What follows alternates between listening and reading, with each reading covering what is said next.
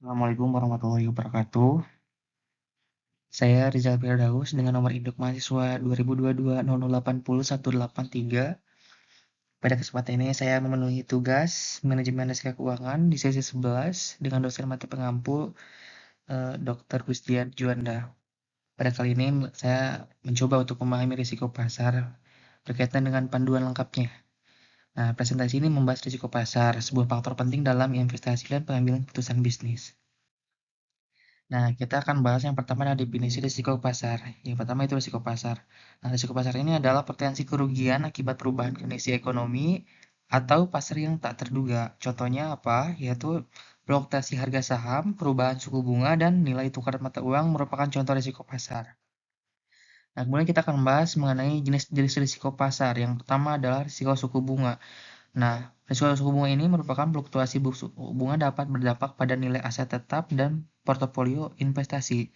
Yang kedua adalah risiko mata uang. Nah, perubahan nilai tukar mata uang dapat mempengaruhi keuntungan dan kerugian pada transaksi internasional.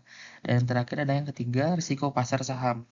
Nah, ini fluktuasi harga saham merupakan salah satu jenis risiko pasar yang paling umum.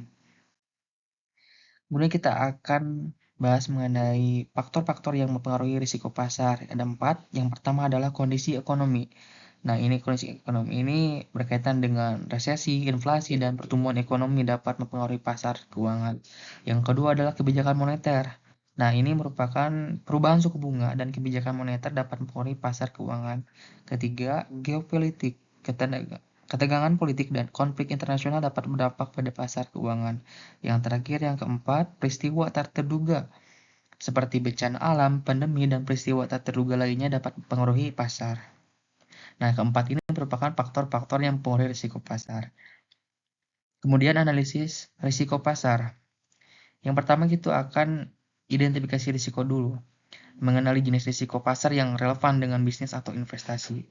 Kemudian penilaian risiko, menentukan pasarnya risiko besar pasar berdasarkan probabilitas dan dampaknya.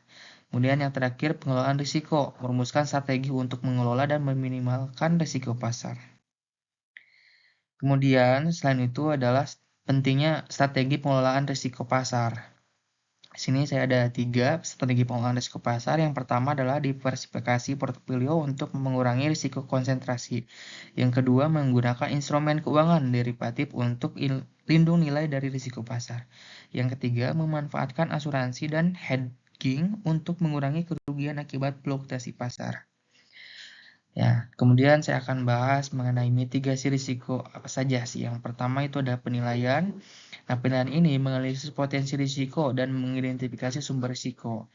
Yang kedua adalah kontrol, menerapkan langkah-langkah untuk mengelola dan meminimalkan risiko. Yang ketiga, pemantauan. Nah, perlu juga melakukan pemantauan karena memantau risiko secara berkala dapat membuat penyesuaian jika diperlukan. Dan yang terakhir adalah evaluasi. Setelah penilaian, kontrol, dan pemantauan, langkah selanjutnya adalah yang terakhir, yaitu dengan evaluasi.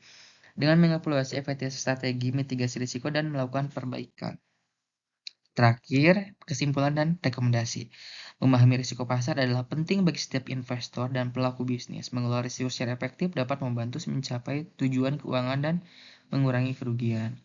Itu saja yang bisa saya sampaikan. Apabila ada kesalahan kata dan pengucapan, mohon dimaafkan. Saya Rizal Firdaus dengan nomor mahasiswa 2022-080. Wassalamualaikum warahmatullahi wabarakatuh.